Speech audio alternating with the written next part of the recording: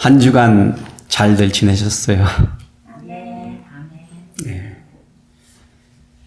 여러 가지 모양으로 살다가 또 여러 사람이 모여서 예배를 드리지만 한 마음으로 한 하나님, 한 주님, 한 성령으로 저희가 한 마음으로 예배드리기를 소원합니다.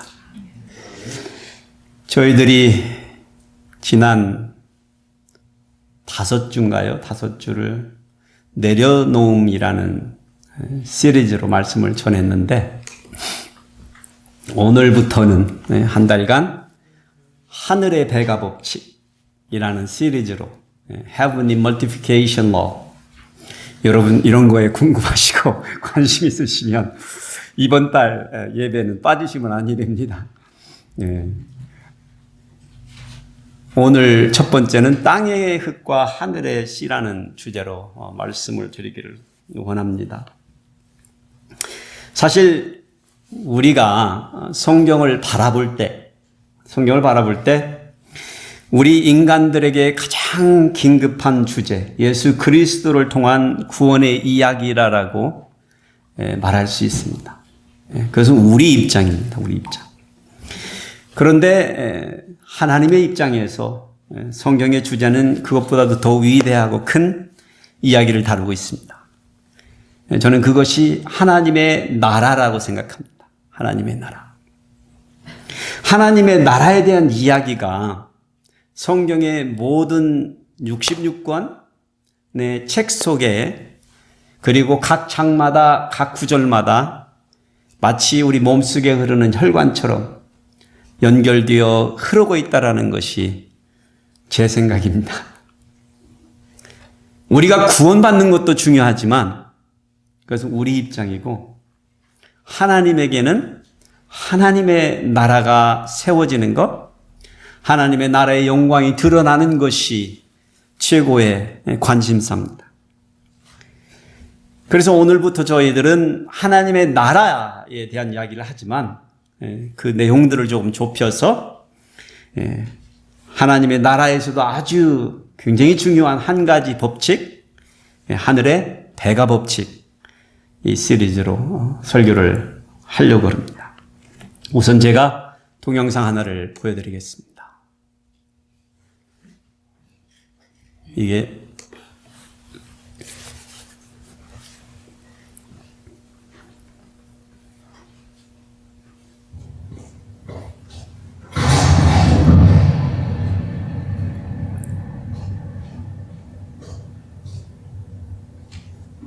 이곳에 다소 엉뚱한 것이 보관되어 있습니다.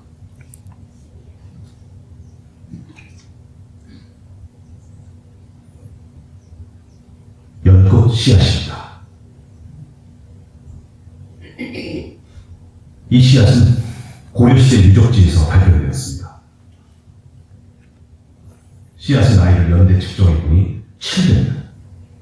사람들은 이 씨앗을 발화시켜 보았죠.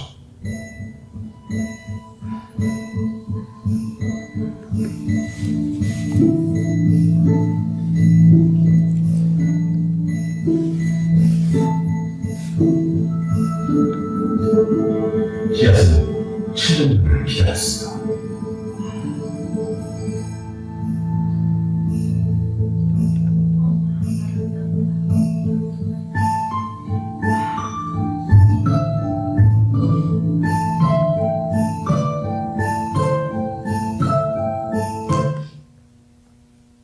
아쉽지만 여기서 자르고 다음 걸 보여드리겠습니다. 지구에서 가장 거대한 생물이 뭘까요? 흰 수염 고래라고 알고 있는 사람들도 있지만 정답은 자이언트 세콰이어 나무입니다.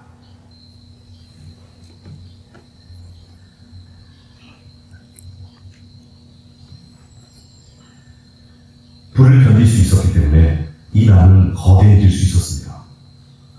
키는 약 100m, 아파트 20층 정도의 높이.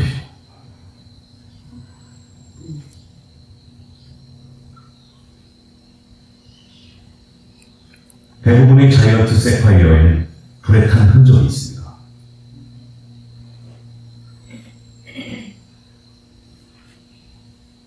이 나무는 다 성장할 때까지 80여 번의 산불을 겪지만 7일간 계속된 불을 견뎠다는 기록이 있을 정도로 불에 강합니다.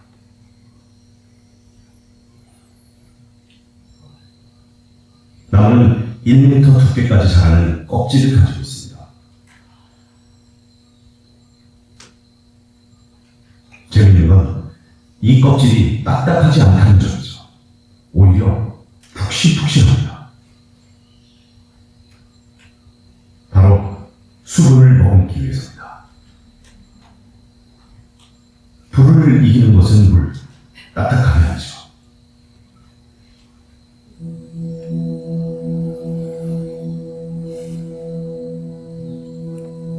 이렇게 불을 견디는 이유, 그것은 씨앗을 위해서이기도 합니다. 자이언트 세콰이어 솔방울 역시 200도 이상에서만 벌어집니다.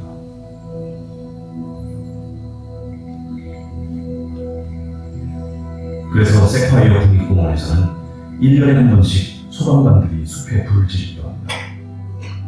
세콰이어 씨앗의 발화를 촉진시키기 위해서죠.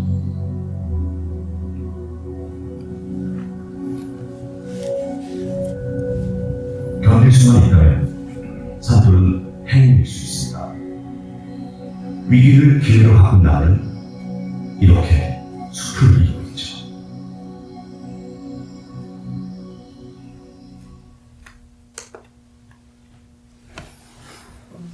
하나님께서 창조하신 씨의 신비, 생명의 신비는 아름답습니다. 예, 아름답습니다. 세상에서 제일 큰 나무, 세콰이어 나무의 생존의 그 원리들을 고안해 놓으신 하나님께서 그 씨앗 속에, 그 솔방울 속에 그러한 비밀장치를 만들어 놓으신 하나님의 그 지혜는 우리가 상상을 초월하는 그러한 비밀이 숨겨져 있는 듯합니다. 우리 하나님 대단하시죠. 오늘 키워드가 뭘까요? 씨앗이겠죠. 씨앗. 씨앗.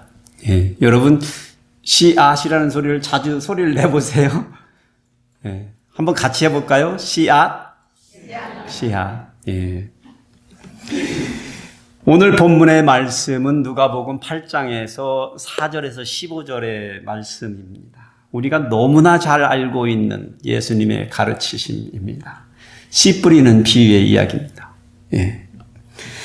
오늘 저는 이 본문의 말씀을 통해서 다루고 싶은 주제는 땅의 흙과 하늘의 씨라는 주제로 타이틀을 잡아서 말씀을 열어가기를 소원합니다.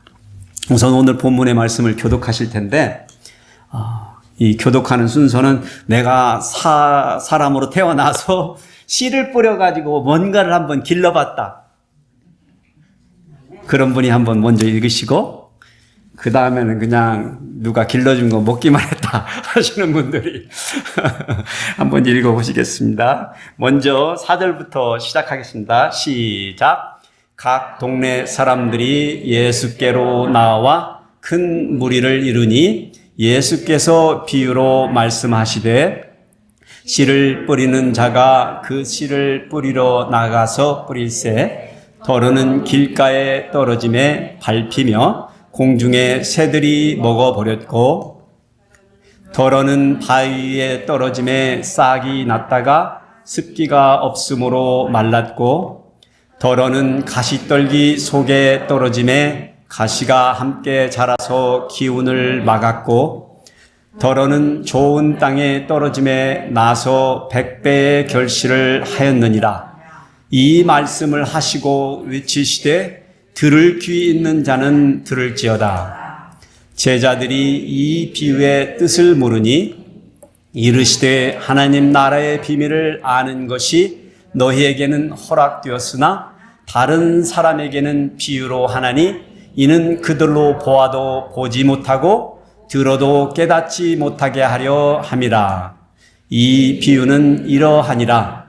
씨는 하나님의 말씀이요 길가에 있다는 것은 말씀을 들은 자니 이에 마귀가 가서 그들이 믿어 구원을 얻지 못하게 하려고 말씀을 그 마음에서 빼앗는 것이요 바위 위에 있다는 것은 말씀을 들을 때 기쁨으로 받으나 뿌리가 없어 잠깐 믿다가 시련을 당할 때에 배반하는 자요. 가시떨기에 떨어졌다는 것은 말씀을 들은 자이나 지내는 중 이생의 염려와 재물과 향락의 기운이 막혀 온전히 결실하지 못하는 자요. 좋은 땅에 있다는 것은 착하고 좋은 마음으로 말씀을 듣고 지키어 인내로 결신하는 자니라. 아멘. 안 넘어가네. 네.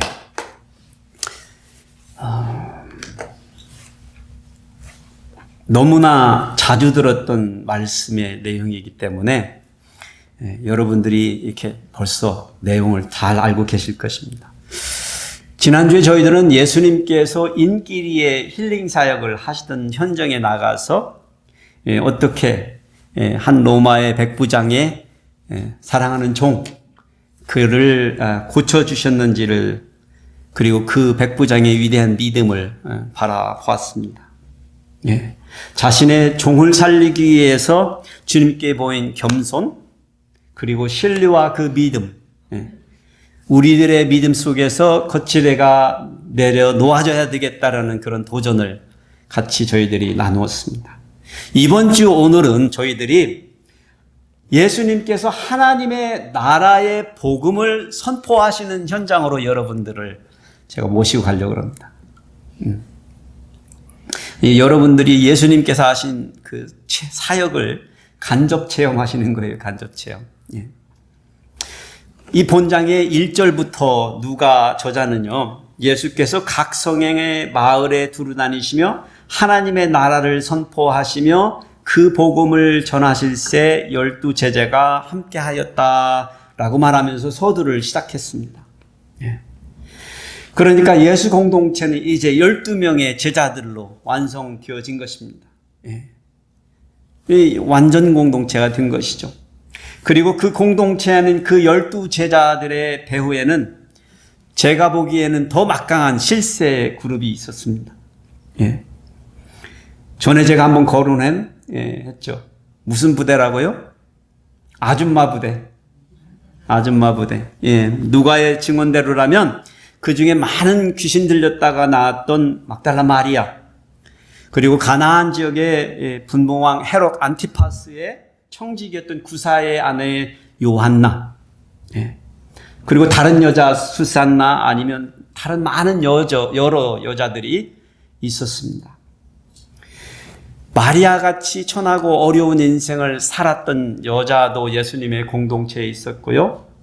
헤롯의 청지기 안에 있었던 그런 귀족의 삶을 사는 그런 요한나 같은 여자도 예수님의 예수 공동체에 있었습니다.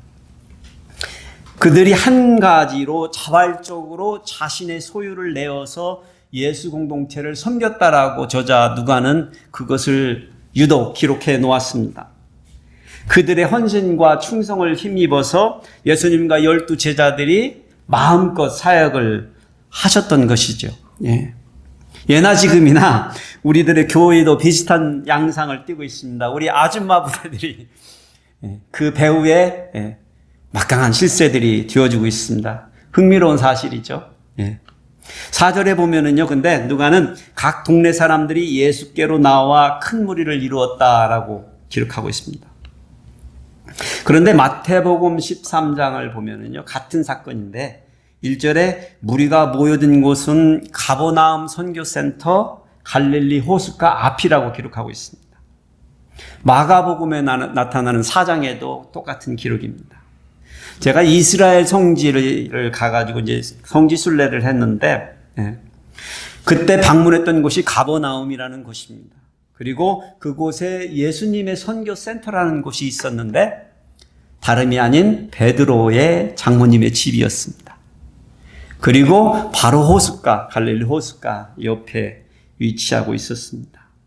마태의 증언대로라면 그날 예수께서 집에서 나가사 바닷가에 앉으심에 나가서 30분을 운전하신 게 아니고 바로 그냥 나가면 바닷가가 있는 위치였습니다. 큰 무리가 그에게로 모여들거늘 예수께서 배에 올라가 앉으시고 온 무리는 해변에 서 있더니, 이렇게 그때 자세한 배경을 설명해 주고 있습니다.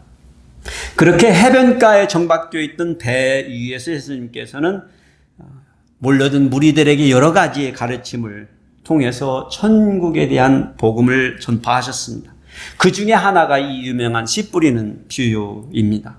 여러분이 잘 아시다시피 이 비유의 전말은 이렇습니다. 씨를 뿌리는 자가 씨를 뿌리러 나가서 뿌릴새 더러는 길가에 떨어짐에 밟히며 공중의 새들이 먹어버렸고, 더러는 바위 위에 떨어짐에 싹이 났다가 습기가 없으므로 말랐고, 더러는 가시떨기 속에 떨어짐에 가시가 함께 자라서 기운을 막았고, 더러는 좋은 땅에 떨어짐에 나서 100배의 결실을 거두었다는 내용입니다.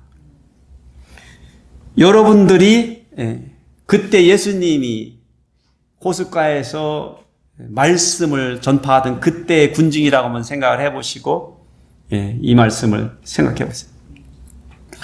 근데 예수님께서 다른 때 안 하시던 행동을 하셨어요. 보통 때 같으면 예수님께서 설명해 주셨을 거고 가르쳐 주셨을 건데 구르짖고 그냥 말하셨어요.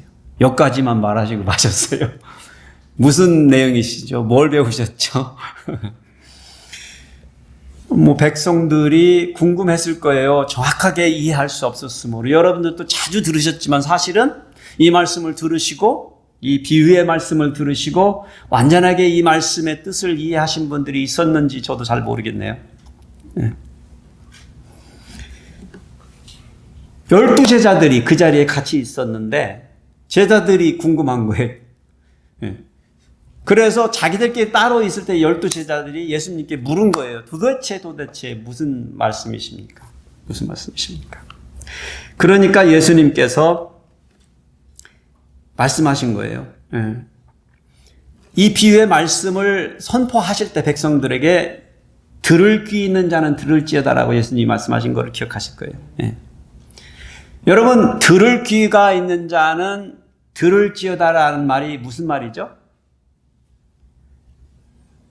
들을 능력이 있는 사람만 들으라는 소리인가요? 살아있는 모든 것들아 들으라는 소리입니다. 귀가 없는 사람 없죠? 귀가 없는 사람 없잖아요. 그만큼 중요하다는 얘기예요. 이 말은 꼭 들어서 깨닫고 알아야 된다는 말씀이라는 얘기예요. 이해가 되셨죠? 그런데 왜 예수님은 그것을 가르치지도 않으시고 그냥 비유만 말씀하시고 돌아서셨을까요? 예수님이 근데 12제자들에게 그걸 설명해 주셨어요. 이렇게 말씀하셨어요. 10절에요. 하나님 나라의 비밀을 아는 것이 너희에게는 허락되었으나 다른 사람에게는 비유로 하나니 이는 그들로 보아도 보지 못하고 들어도 깨닫지 못하게 하려 함이라. 여전히 알쏭달쏭한 수수께끼 같은 말씀을 하고 계시지 않습니까? 일부러 백성들이, 무리들이 자신의 말을 알아듣지 못하도록 그리 하셨다는 거예요. 예수님은 자신이 누구신지와 자신이 무엇을 하시는지를 어떻게 하시고 계시죠? 계시하시기를 원하시죠. 그런데 그것을 성경의 복음서의 역사를 자세히 들여다보면 예수님 그것을 어떻게 하신다고요? 여러분이 커튼을 서서히, 집에 있는 커튼, 이렇게 여는 커튼을 서서히 여는 것처럼 점진적으로 서서히 열어서 모든 것이 보여지도록 그렇게 하고 계시다는 거예요. 예수님은 한꺼번에 즉흥적으로 다 열어버리고 모든 것을 밝히신 것이 아니라 자신의 사역의 공생의 기간을 두고 그렇게 커튼을 서서히 열으셨습니다. 여러분의 그 기억이, 이 기억이 예수님 십자가상에서 돌아가시고 난 뒤에 기억이 커튼하고 연결이 되십니까? 예수님의 행동은요, 즉흥적이 아니었고요, 잘 짜여진 드라마의 스크립트처럼 하나하나 한 스텝 한 스텝 그렇게 성취되어가는 거대한 대하 드라마입니다. 예수님께서 그리 하신 까닭은 그러니까 백성들에게 무리들에게 알지 못하도록 하신 까닭은 무엇입니까? 아직 자신의 때가 이르지 않았다는 것이죠. 주님께서 자신이 이 땅에 오신 목적을 성취하시기 위해서는 모든 메시아를 위하여 준비되어진 모든 예언들이 하나하나 성취되어져 가야 하는데 그것은 아버지가 계획하신 정확한 그 때에 이루어져야만 한다는 것입니다. 하여튼요, 예수님의 씨 뿌리는 비유는 그 해석이 정확하게 예수님이 설명을 해줬음에도 불구하고 여러분이 누누이 그 말씀을 설교를 들으셨음에도 불구하고 제 생각에는 그 말씀에 의도하는 거리가 멀게 우리의 말씀에 적용이 되어온 예수님의 가르침 중에 하나라고 생각이 듭니다.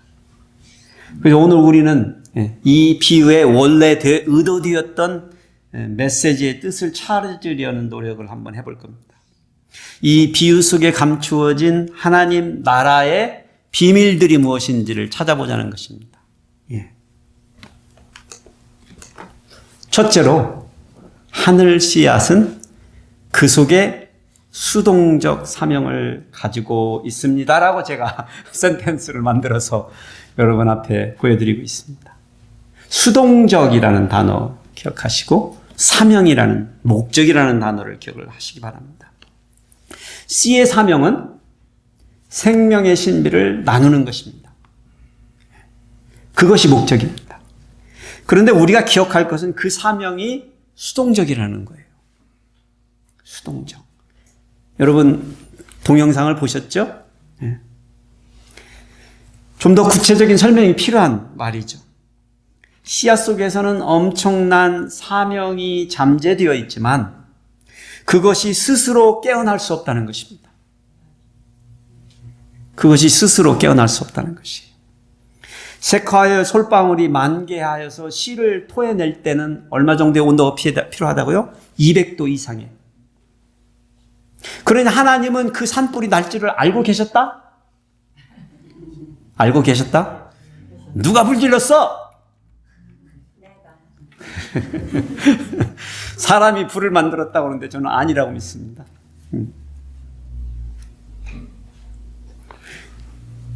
하늘의 말씀의 씨도, 하늘의 씨도 그 어떤 이그나이터가 필요한 거예요. 그것이 다름 아닌 그 씨의 생명력을 터뜨려줄 땅의 흙이라는 것입니다. 예수님의 비유에서는 좋은 땅이라고 표현된 바로 그것입니다.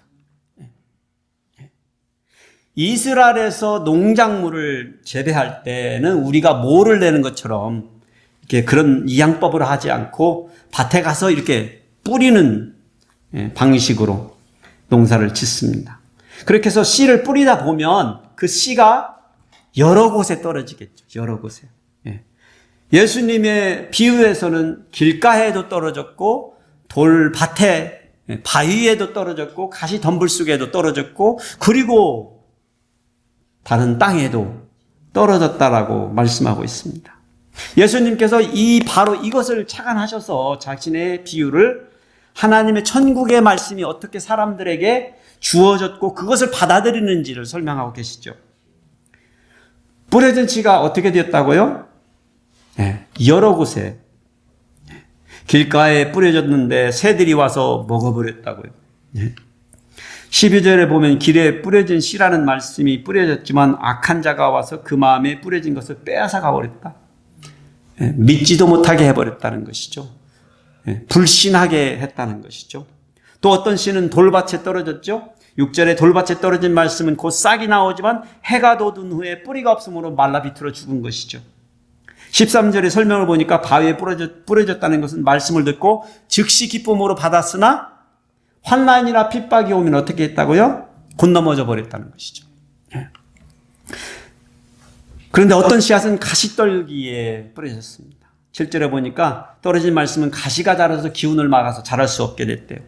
14절의 해설에서는 이 상황은 세상의 염려와 재물의 유혹에 빠져서 말씀이 막혀서 결실하지 못하게 되었다라고 예수님 설명해 주셨어요.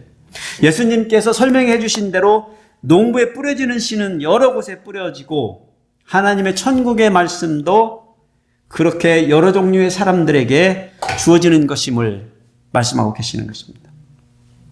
그런데요, 이 비유는 우리 인간 사람들의 각각의 마음 상태가 어떤지, 마음의 밭이 무엇의 여러 가지의 종류들인지를 보여주는 데 초점을 맞추고 있지 않습니다.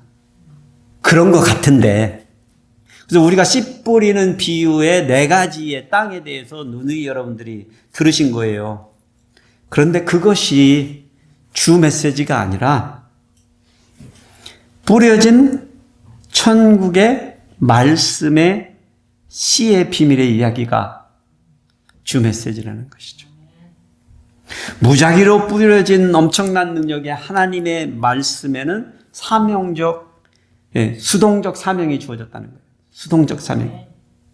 씨앗을 깨우시는 것이 바로 이 땅의 흙의 조건과 환경이듯이 천국 복음도 같은 이치로 이루어진다는 것입니다. 아무리 능력 있는 천국 말씀이 사람들에게 뿌려졌어도 결실하지 못하는 이유가 바로 땅의 흙의 조건 때문이라는 것이죠. 여러분 그런 생각 안 해보셨어요? 왜 하나님께서는 이토록 이 세상이 이런 스피드로 이렇게 전진해 가도록 그냥 가만히 내버려 두시나? 그리 생각하실 거예요. 그런데 색화하여 솔방울이 200도의 온도를 만나야 겨우 씨를 뿌릴 수 있는 것을 인내하고 기다리는 것처럼 하나님의 말씀의 능력도 그리하다는 것이죠. 사실 우리가 현실적으로 생각해 보면 뿌려진 많은 씨들이 다 허비되는 것 같은 느낌이에요. 길가에 뿌려지고 돌밭에 뿌려지고 가시덤불에 뿌려진 것들을 보면서 우리는 실망합니다. 예수님의 제자들도 어쩌면 예수님의 그 사역을 바라보면서 그러한 심정이었을 수도 있습니다. 2000년이 지난 우리들도 지금 우리 이 시대를 바라보면서 어쩌면 그런 느낌을 가질 수 있어요. 그런 실망감을 가지고 있어요. 하나님이 어디 계시단 말입니까? 하나님의 영광이 어디에 있단 말입니까? 날이 갈수록 더 힘들어지는 것만 같은 이 세상. 하나님을 모르고 사는 사람들이 세상의 가치관과 세상의 세계관을 가지고 살아가는 그 사람들을 바라보면서 하나님의 말씀이 설 자리가 없는 것을 느끼면서 그런 심정일 것입니다. 그러나 이 비유의 첫 번째 목적은요, 말씀을 들은 사람들이 어떻게 다르게 반응하는가가 아니라 얼마나 많은 사람들이 거부하는가가 아니라 주된 메시지는 뿌려진 씨는 필연적 사명을 가지고 있고 하나님의 말씀 또한 필연적 사명을 성취하실 거라는 거예요. 이것이 바로 이 씨 뿌리는 비유의 첫 번째 비밀입니다. 그리고 이 첫 번째 비밀은 두 번째 비밀을 설명해 주는 가이드가 됩니다. 하늘 씨앗은요, 그 속에 영원한 생명을 가지고 있습니다. 우리 독자들이 예수님이 이 씨 뿌리는 비유를 읽으면서 조심해야 할 것은 예수님의 이 비유의 중심 메시지가 땅에 대한 이야기가 아니라 어디에 대한 이야기라고요? 하늘에 대한 이야기라고요. 이 세상사의 이야기가 아니라 하나님의 나라의 이야기라는 것입니다. 11절에요. 예수님이 정확하고 간단하게 이렇게 말씀하시죠. 이 비유는 이러하니라. 씨는 하나님의 말씀이요. 간단하죠? 하나님의 말씀이죠. 그런데 우리 누구나가 알듯이 씨앗이 우리에게 양식으로 쓰여지기는 하지만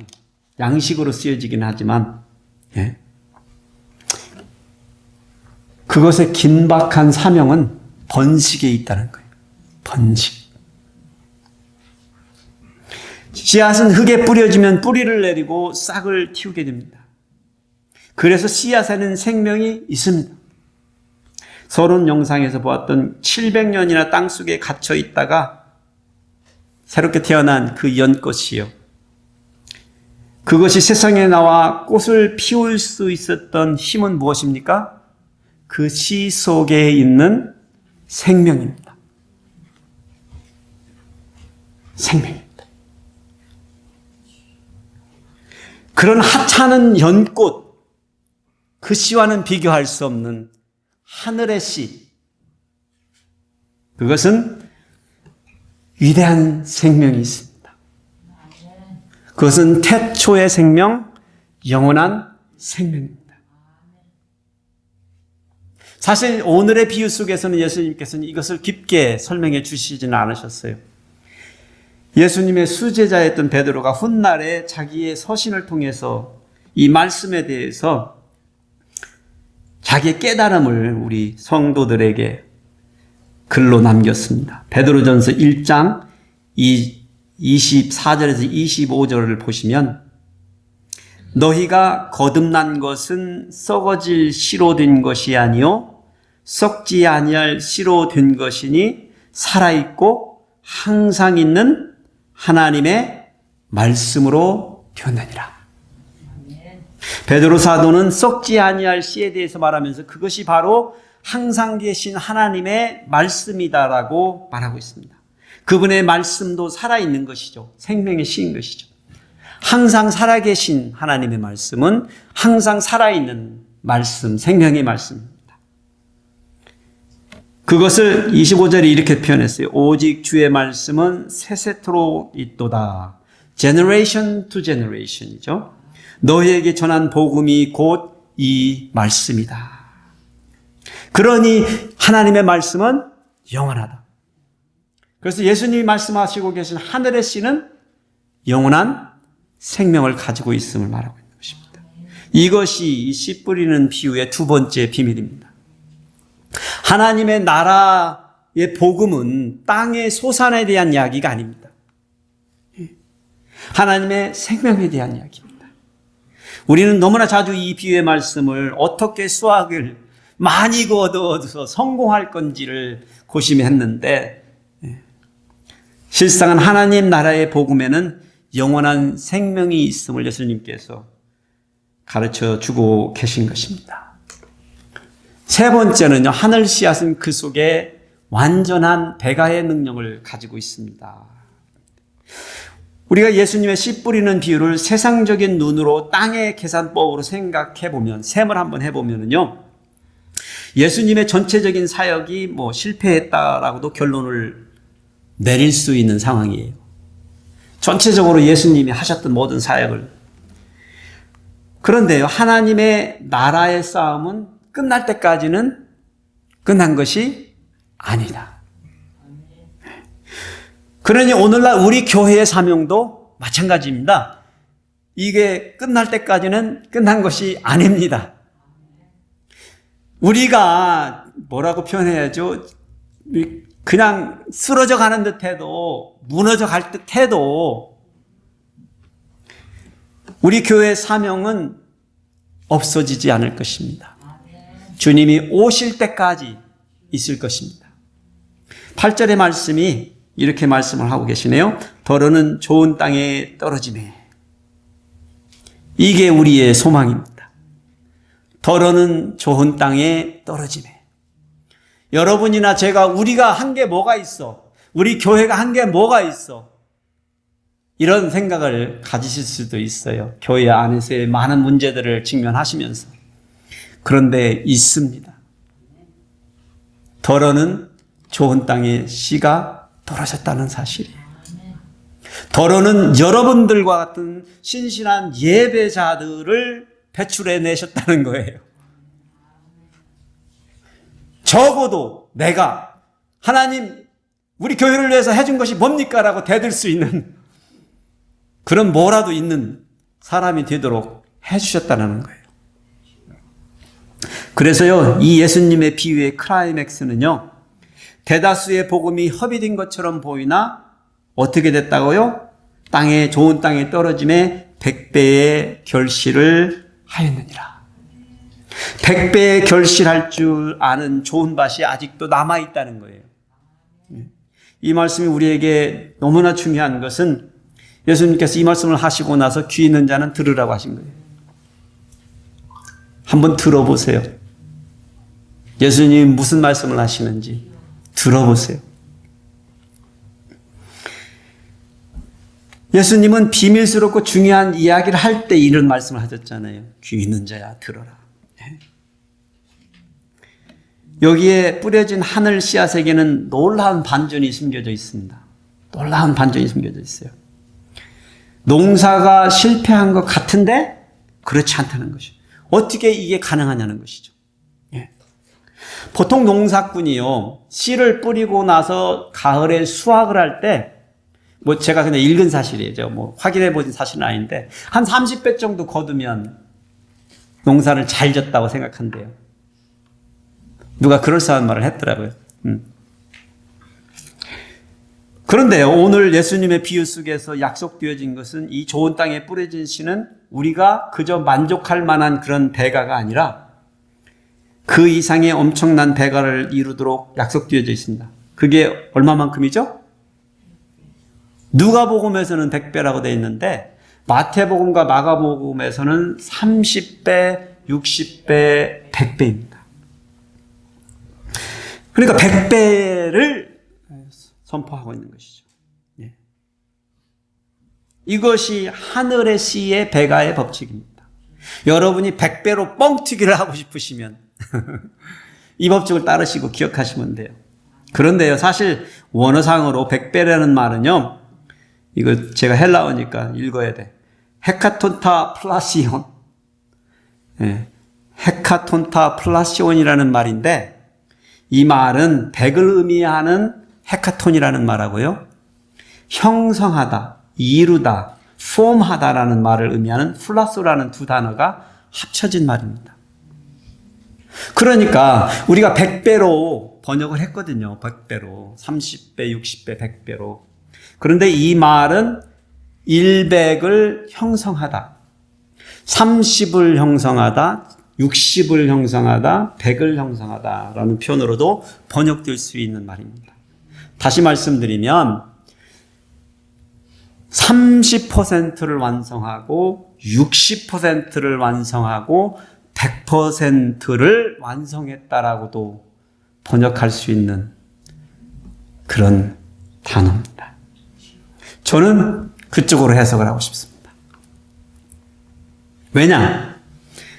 이 말씀은 무슨 말씀을 말씀하고 있느냐면 100배를 말하고 있는 게 아니에요. 그 이상 1000배, 10,000배, 억배를 말씀하고 계신 거예요. 무슨 말이에요?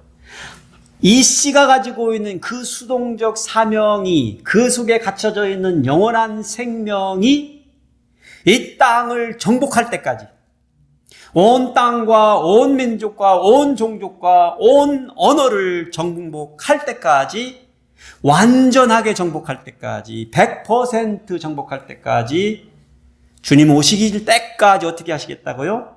배가해 나가시겠다라고 말씀하시는 것입니다. 하나님의 나라가 때로는 사람들에게 배척당하고 실패한 것처럼 보이지만 그렇지 않다는 거예요. 예수님께서 가르쳐 주시는 하나님 나라의 속성은 썩지 아니하십니다. 영원한 생명입니다. 그것은 그 말씀을 들을 때 많은 사람들을 통하여 강력하게 폭발적으로 전진적으로 배가한다는 것이죠. 하나님 나라의 속성은요, 적은 듯 하지만 충분하고요, 약한 듯 하지만 강하고요, 죽은 듯 하지만 부활하고요, 그런 생명력을 가지고 있는 번식하는 영원한 생명이십니다. 그래서 우리가 기억할 것은요, 이것입니다. 우리는 4가지의 땅을 이 비유를 통해서 읽어 내려가는데 사실은 한 가지의 하늘의 씨, 영원한 씨앗에 대해서 말씀하시고 계시다는 것을 다시 리포커스 하시면서 그 씨앗은 결국에는 100배의 완전한 결실을 맺을 것임을 선포하시는 천국 복음이다라는 사실을 기억할 필요가 있습니다. 하나님 나라는 결코 쉬하지도 망하지도 사라지지도 않을 것입니다.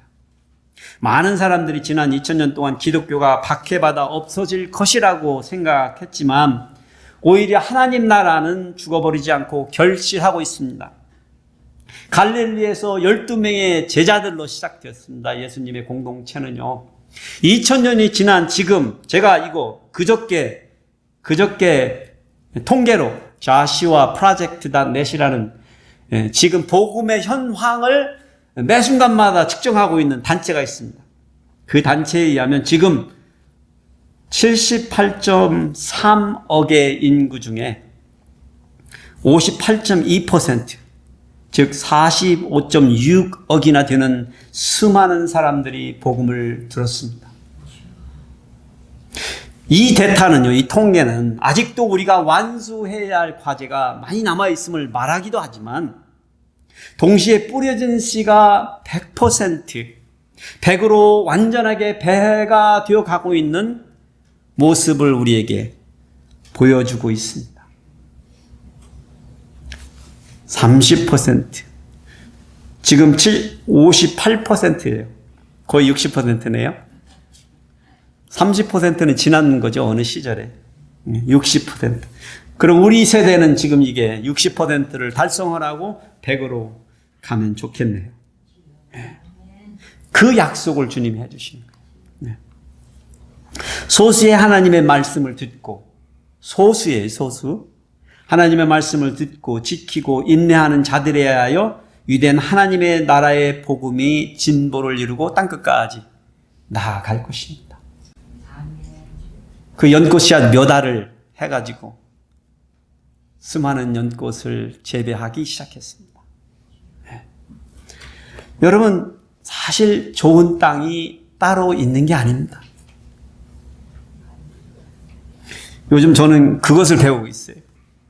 제 사무실 뒤 공터에 온갖 풀과 잡것들을 뽑았고 드러내고 땅을 파보니까 그 속에서 자갈들이 나오고요. 빨간 벽돌들이 나오고 굵직한 나무 뿌리가 나오고 수많은 잣나무 뿌리들이 나오더라고요. 그것들 다 걷어내고 하나하나 간추려 보고 나니까 좋은 흙만 남았습니다. 그 둘레를 파낸 벽돌로 제가 울타리를 만들어서 예쁜 텃밭이 만들어졌습니다. 이제 누군가 씨만 뿌려주면 됩니다.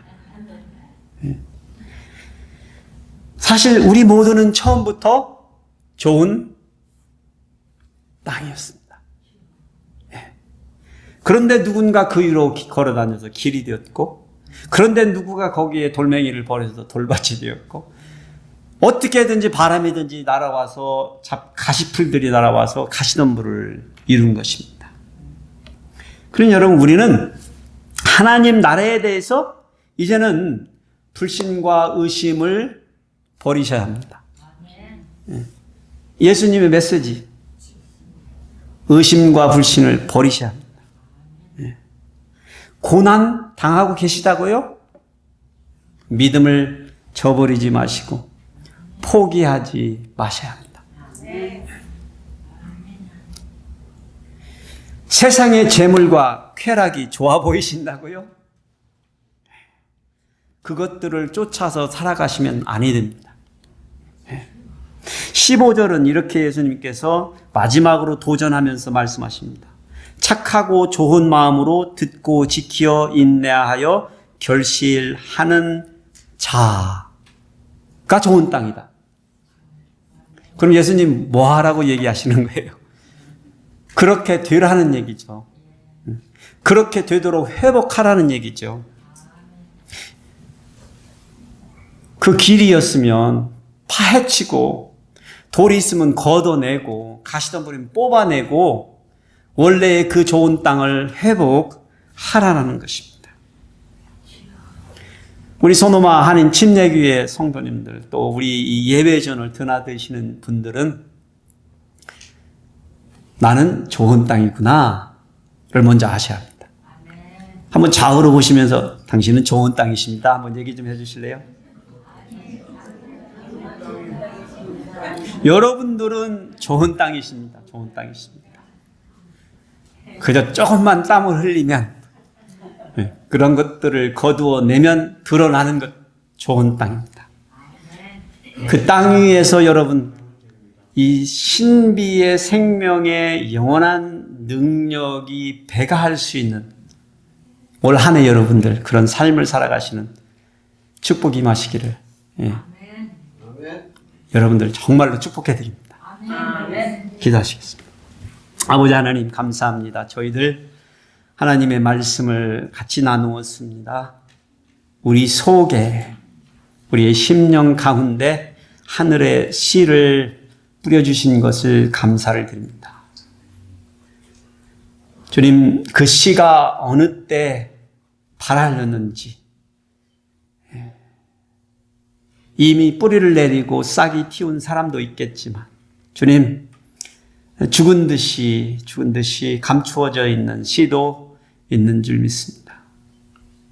주님, 하나님의 때에 그 씨들이 그 생명력을 얻고 그 능력을 발하여 배가 되어갈 수 있는 놀라운 삶이 오늘 말씀을 같이 들은 우리 모든 사람 한 사람 한 사람에게 임할 수 있도록 주님 축복하여 주시옵소서. 감사드리며 우리 주 예수 그리스도의 이름으로 기도했습니다. 아멘.